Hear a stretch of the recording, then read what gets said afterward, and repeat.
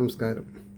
ശ്രീമദ് ഭാഗവതം മൂലം പ്രഭാഷണം ഭാഗം 184. ഓം ഗം ഗണപതയേ നമഃ. ഓം സം സരസ്വതേ സ്വാഹ. ഓം ശ്രീ ഗുരുഭ്യോ നമഃ. ഓം ശ്രീ രംഗനാഥ ശർമ്മണേ നമഃ. നാരായണ നാരായണ നാരായണ നാരായണ നാരായണ നാരായണ നാരായണ നാരായണ നാരായണ നാരായണ നാരായണ. ഓം ശ്രീകൃഷ്ണാർപ്പണമസ്തു. ഓം ശ്രീകൃഷ്ണായ പരമാത്മനേ നമഃ. ഓം ശ്രീകൃഷ്ണായ പരബ്രഹ്മണേ നമഃ. ഹരേ രാമ രാമ രാമ ഹരേ ഹരേ. ഹരേ കൃഷ്ണ കൃഷ്ണ കൃഷ്ണ ഹരേ ഹരേ. ഓം ശ്രീ രുക്മിണീ സത്യഭാമ സമേത ശ്രീ ഗോപാലകൃഷ്ണസ്വാമിനേ നമഃ. ഇന്ന് ദ്വിതീയ സ്കന്ധത്തിൽ 9-ാം അധ്യായത്തിൽ 14-ാമത്തെ ശ്ലോകം മുതൽക്കാണ് പറയേണ്ടത്. ഇവിടെ 14, 15, 16 ശ്ലോകങ്ങൾ ഒന്നായിട്ടാണ് പോവുക. നോക്കുക. ദദർശത്തത്രാഖില സാത്വതാം പദീം ശ്രിയപദീം യജ്ഞപദീം ജഗത്പദീം സുനന്ദനന്ദ പ്രബലാർഹണാദിവി സ്വപാർഷദ മുഖ്യൈ പരിസേവിതം വിഭും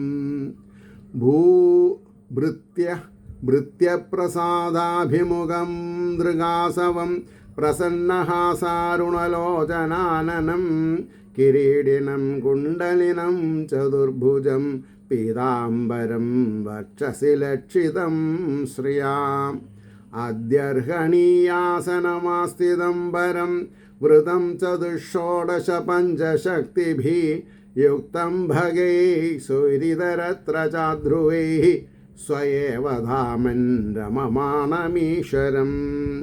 ദദർശ തത്രാഖില സാത്വതാം പദീം ശ്രിയപദീം യജ്ഞപദീം ജഗൽപദീം സുനന്ദനന്ദ പ്രബലാർഹണാദിഭിः സ്വപാർഷദ മുഖ്യൈ പരിസേവിതം വിഭും ഭൃത്യപ്രസാദാഭിമുഖം ദൃഗാസവം പ്രസന്നഹാസാരുണലോചനാനനം കിരീടിനം കുണ്ഡലിനം ചതുർഭുജം പീതാംബരം വക്ഷസി ലക്ഷിതം ശ്രിയാം അദ്യർഹണീയാസനമാസ്ഥിതം വരം വൃതം ചതുഷോഡശ പഞ്ചശക്തിഭിः യുക്തം ഭഗൈ സുഹൃതരത്ര ചാധ്രുവൈः സ്വയേവ ധാമൻ രമമാണമീശ്വരം.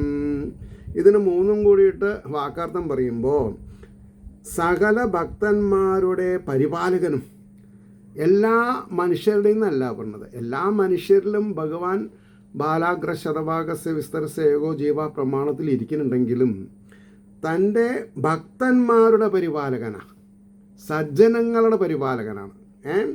അപ്പോൾ അത് എന്താ പറയുക, ഏകപക്ഷിയാണോ? അല്ല, അത് based on A certain data.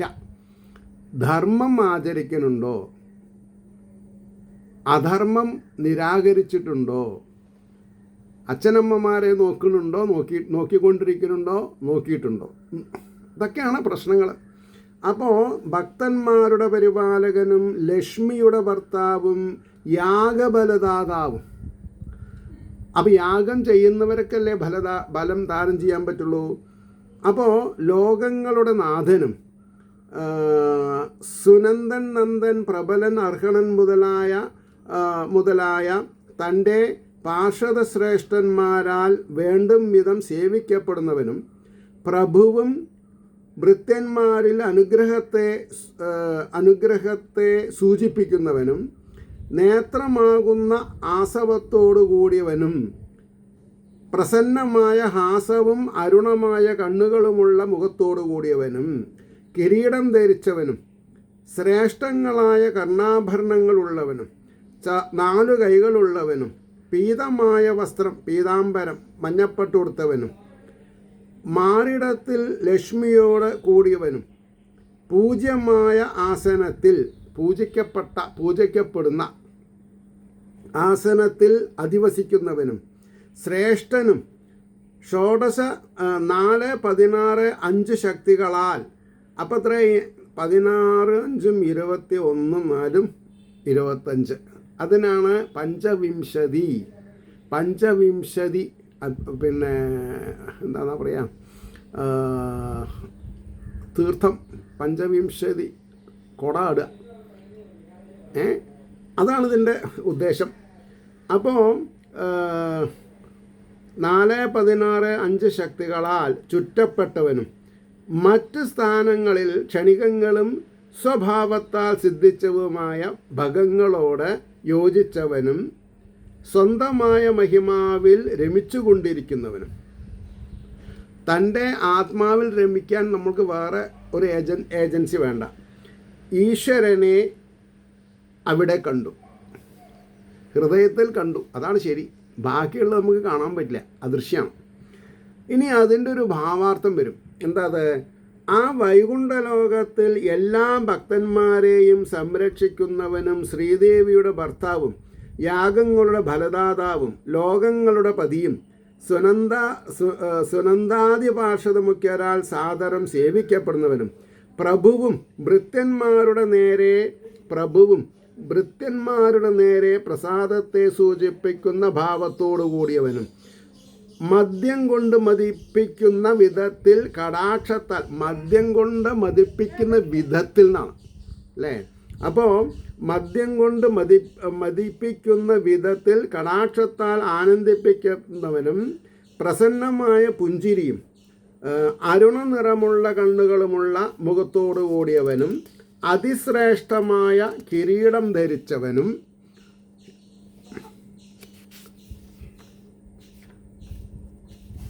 കർണാഭരണങ്ങളുള്ളവനും 4 കൈകൾ കൊണ്ട് ശോഭിക്കുന്നവനും പീതാംബരത്തെ ധരിച്ചവനും മാർവിടത്തിൽ ലക്ഷ്മീദേവിയെ ധരിച്ചിരിക്കുന്നവനും ശ്രേഷ്ഠമായ സിംഹാസനത്തിലിരിക്കുന്നവനും ശ്രേഷ്ഠനും പ്രകൃതി, പുരുഷൻ, മഹത്വത്വം, അഹങ്കാരതത്വം എന്ന 4 തത്വമൂർത്തികളാലും 11 ഇന്ദ്രിയങ്ങൾ, 5 ഭൂതങ്ങൾ എന്നീ 16 തത്വങ്ങളുടെ സ്വരൂപശക്തികളാലും 5 തന്മാത്രകളാലും 4 ഭാഗത്തു നിന്നും സേവിക്കപ്പെടുന്നവനും അന്യസ്ഥാനങ്ങളിൽ ഉറച്ചു നിൽക്കാത്തവനും.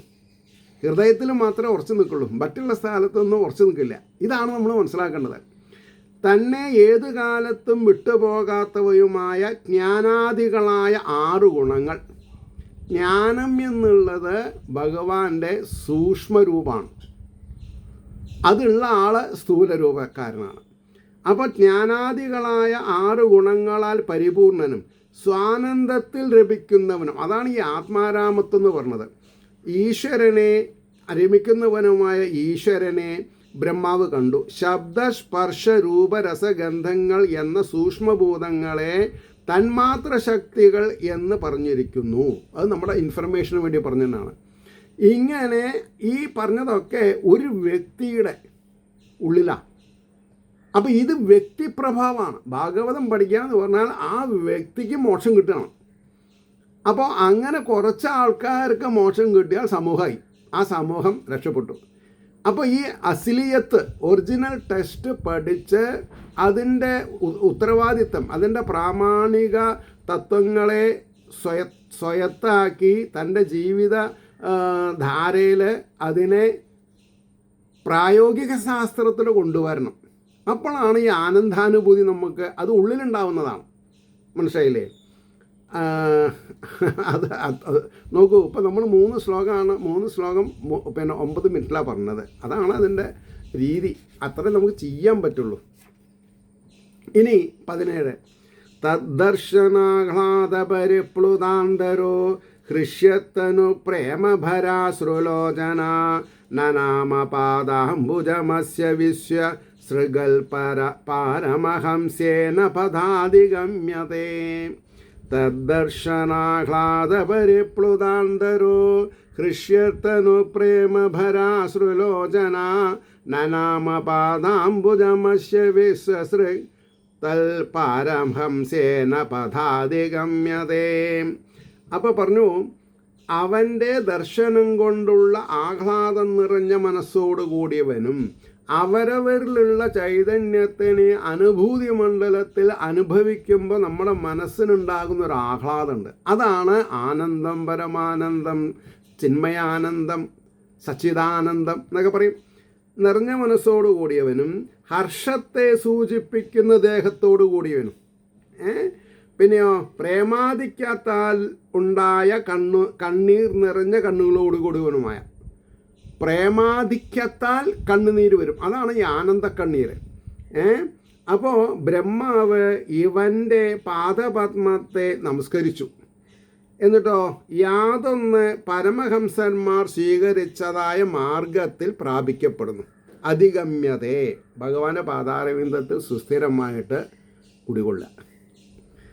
ഇനി അതിൻ്റെ ഒരു ഭാവാർത്ഥം, ആ ഭഗവാനെ കണ്ടതുകൊണ്ടുള്ള സന്തോഷം അധികരിച്ച മനസ്സോടുകൂടിയവനും ആ സന്തോഷത്തെ സൂചിപ്പിക്കുന്ന രോമാഞ്ചത്തോടു കൂടിയ ശരീരമുള്ളവനും അധികരിച്ചതായ പ്രേമത്താലുണ്ടായ കണ്ണീർ നിറഞ്ഞ കണ്ണുകളോടുകൂടിയവനുമായ ബ്രഹ്മാവ് പരമഹംസന്മാർക്കുള്ള പരമഭക്തിയാൽ പ്രാപിക്കത്തക്കതായ പരമപുരുഷൻ്റെ പാതാരവിന്ദങ്ങളിൽ, അവിടെ പ്രാസാണ്, എന്താ, പരമഭക്തി പ്രാപിക്കത്തക്കതായ പരമപുരുഷൻ്റെ പാതാരവിന്ദങ്ങളൊക്കെ പകാരം അല്ലേ, നമസ്കാരം ചെയ്തു എന്ന് പറഞ്ഞു.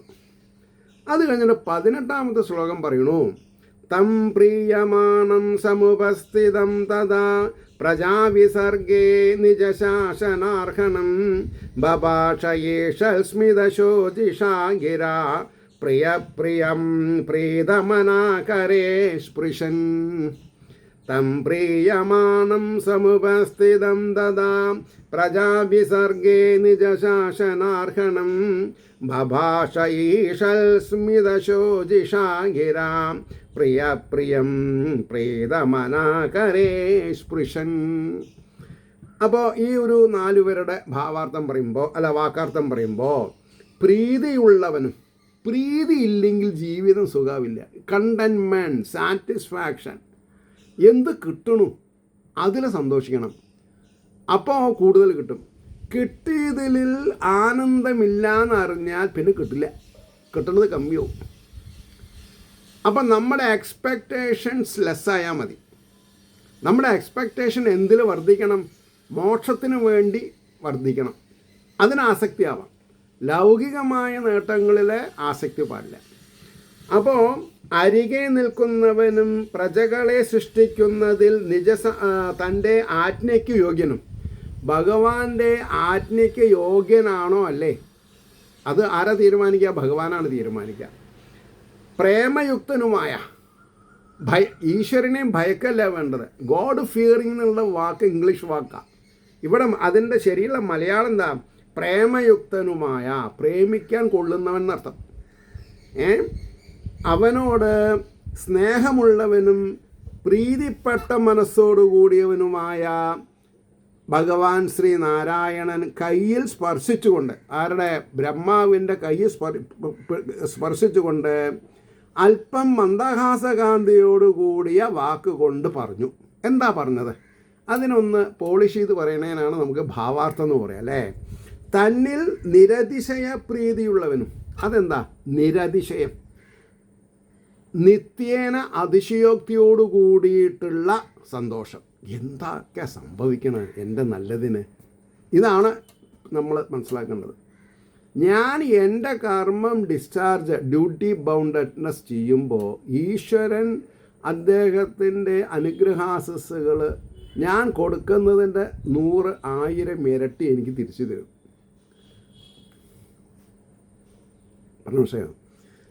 അപ്പോൾ തന്നിൽ നിരതിശയ പ്രീതിയുള്ളവനും ഭയകമ്പാദികളൊന്നും കൂടാതെ, അതാണ് ഭയം, ഒന്നും പാടില്ല.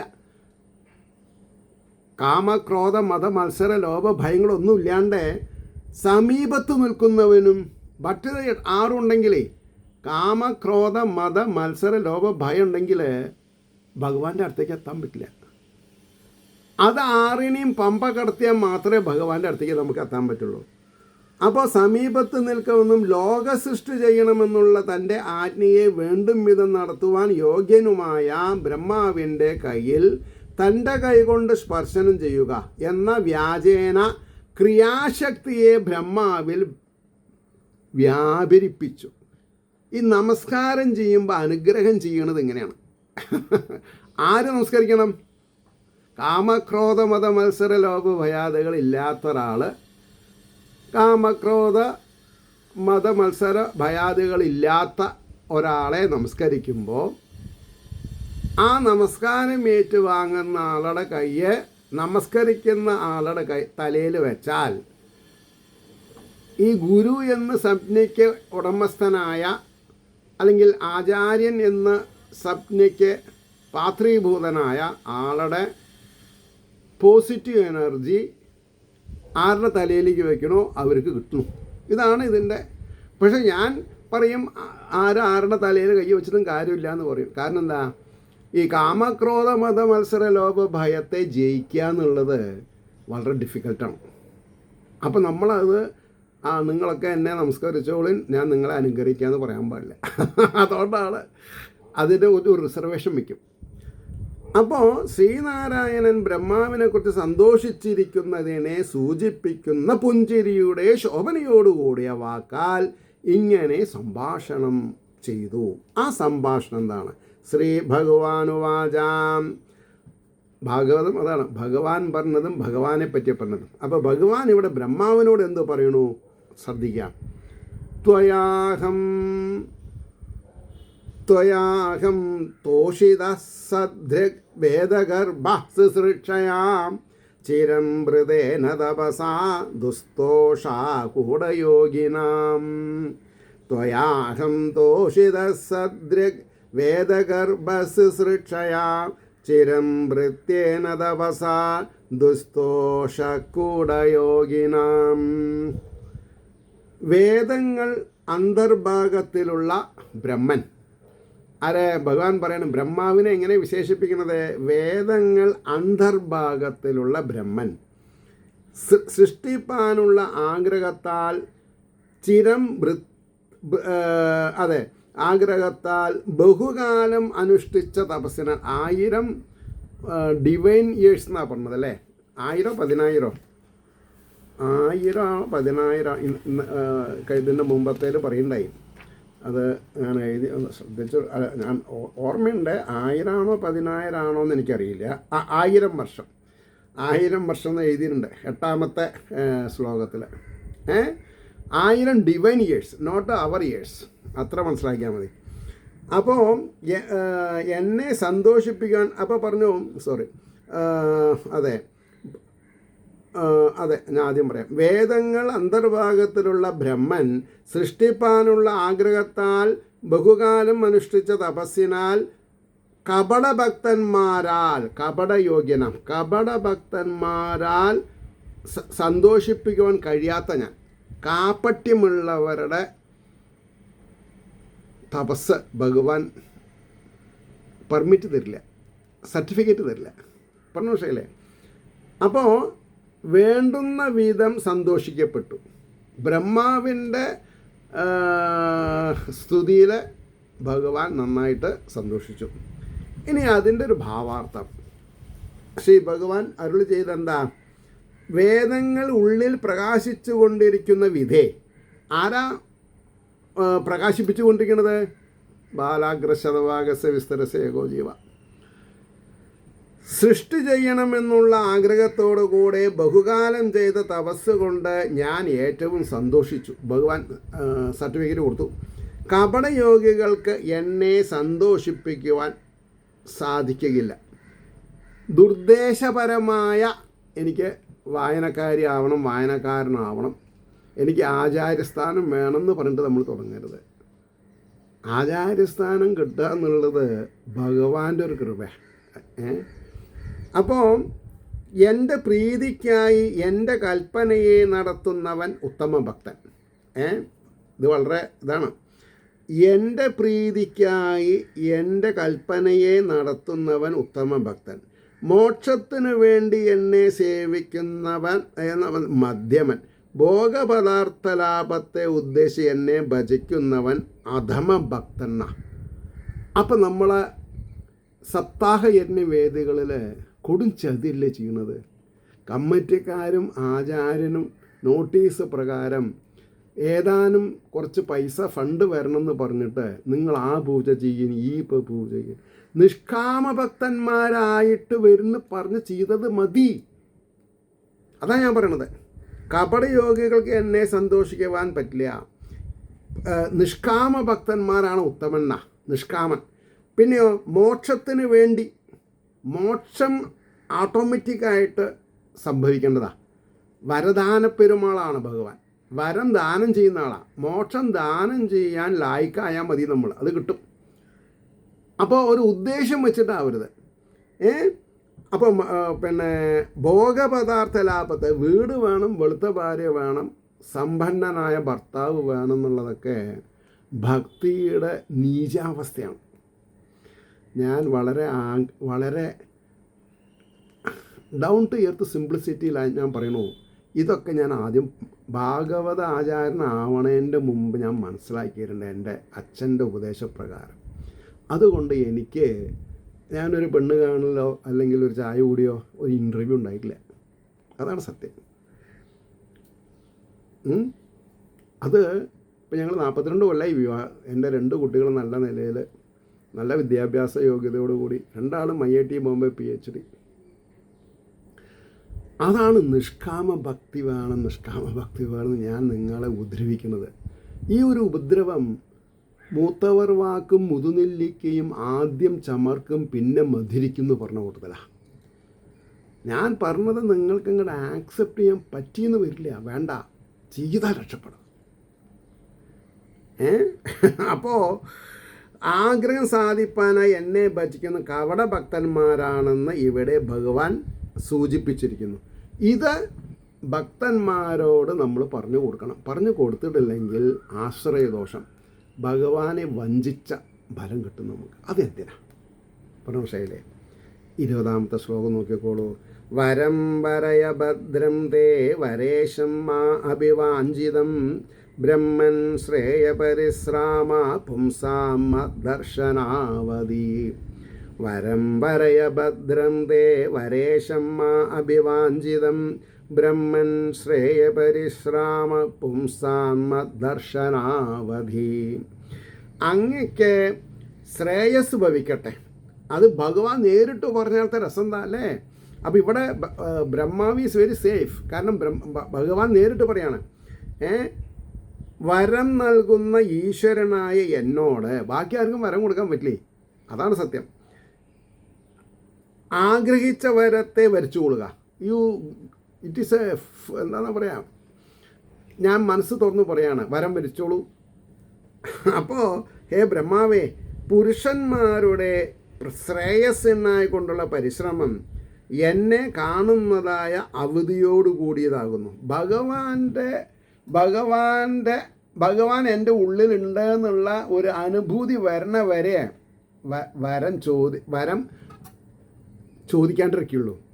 അപ്പോൾ ഭഗവാനെ അനുഭവിച്ചെന്ന് പറഞ്ഞാൽ പിന്നെ വരങ്ങളൊക്കെ സാർത്ഥകമാക്കി ഭഗവാൻ തരും. അത് ഭഗവാന്റെ ഉത്തരവാദിത്തമാണ്. അപ്പോൾ അതിൻ്റെ ഒരു ഭാവാർത്ഥം എന്താ എന്ന് ചോദിക്കുകയാണെങ്കിൽ, ഹേ ബ്രഹ്മാവേ, അങ്ങയ്ക്ക് മംഗളം ഭവിക്കട്ടെ.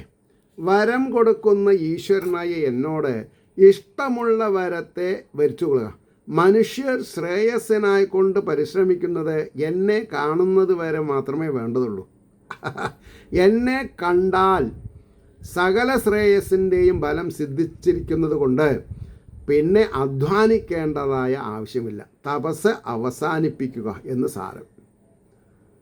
ഭഗവാൻ ഉള്ളിലുണ്ടെന്നുള്ള അനുഭവം തുടങ്ങിയാൽ പിന്നെ നമുക്ക് വേണമെങ്കിൽ വെറുതെ ഇരിക്കാം. പക്ഷെ വെറുതെ ഇരിക്കരുത്. സദാസേവ്യ ഭാഗവതം. അതാണ് അനുഭൂതി. 21ാമത്തെ ശ്ലോകം. മനീഷിതാനുഭാവോയം മമ ലോകാവലോകനം യദു പ്രസൃത്യർഹസി ചകർത്താ പരമം തപാം. മനീഷിതാനുഭാവോയം മമ ലോകാവലോകനം യദുപസൃത്യർഹസി ചകർത്ത പരമം തപാം. എൻ്റെ ലോകത്തിൻ്റെ കാഴ്ച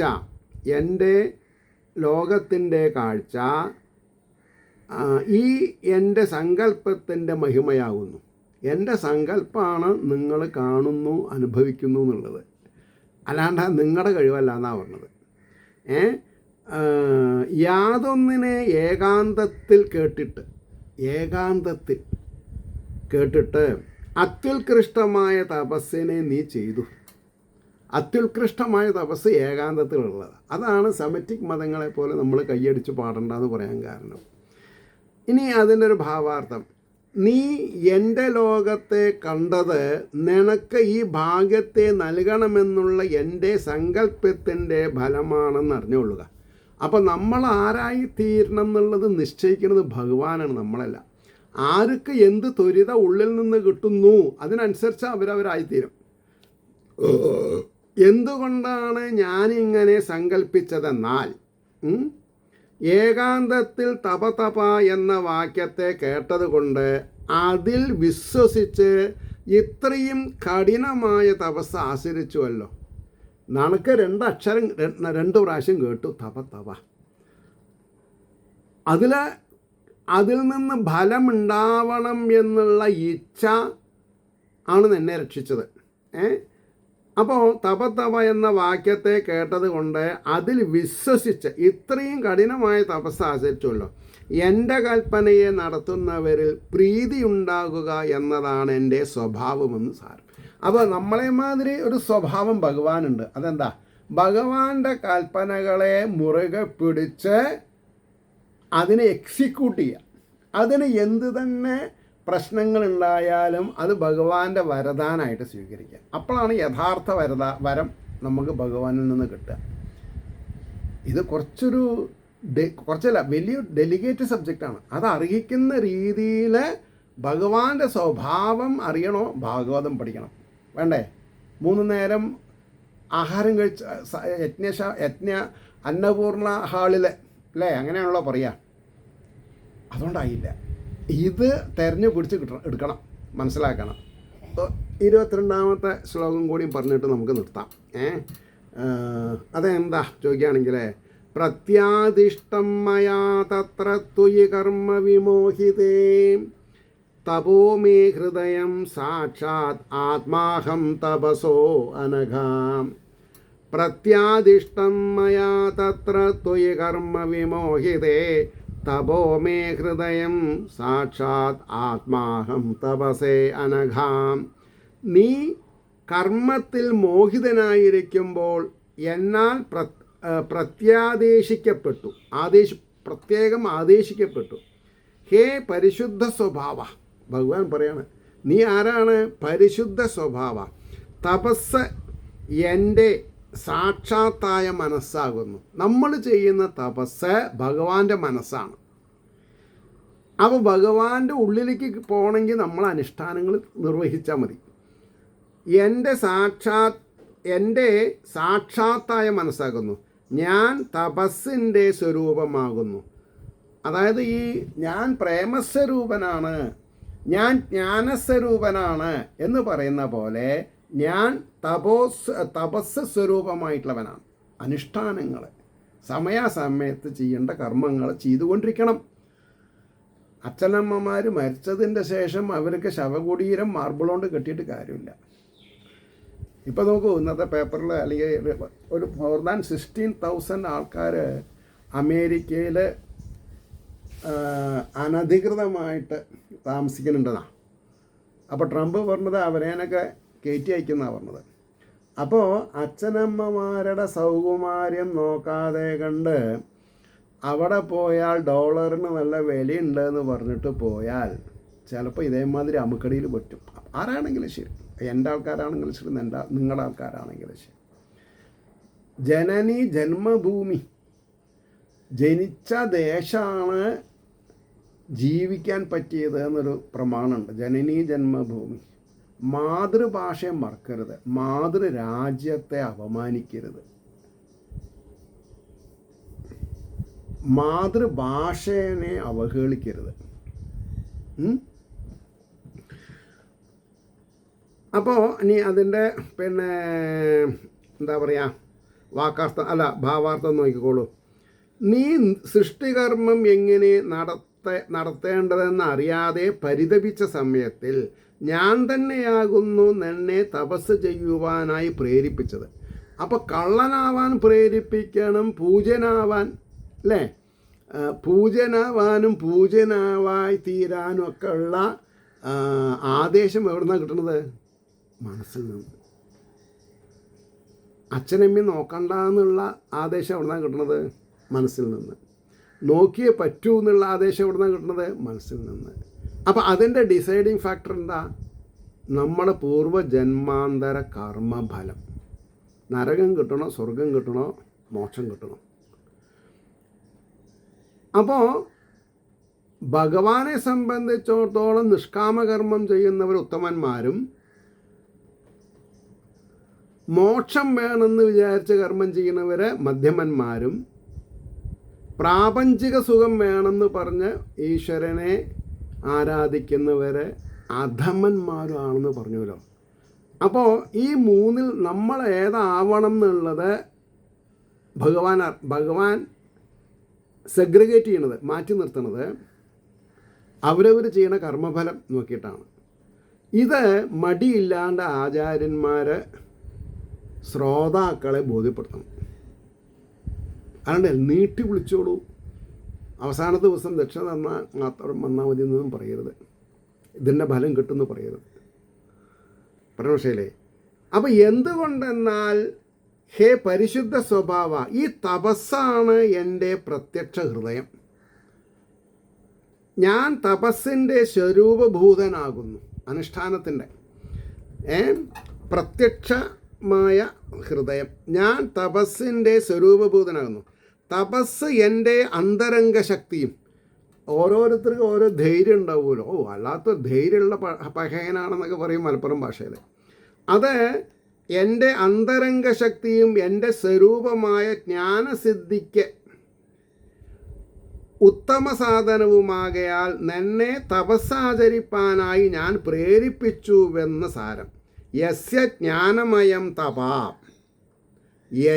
യസ്യ ജ്ഞാനമയം തപ, യാതൊരുവൻ്റെ ജ്ഞാനസ്വരൂപം തപസ്സാകുന്നുവെന്നുള്ള ശ്രുതിയുടെ സാരമാണ് ഈ ഭാഗം എന്ന് പറഞ്ഞു. അവിടെ നമുക്ക് നിർത്താം.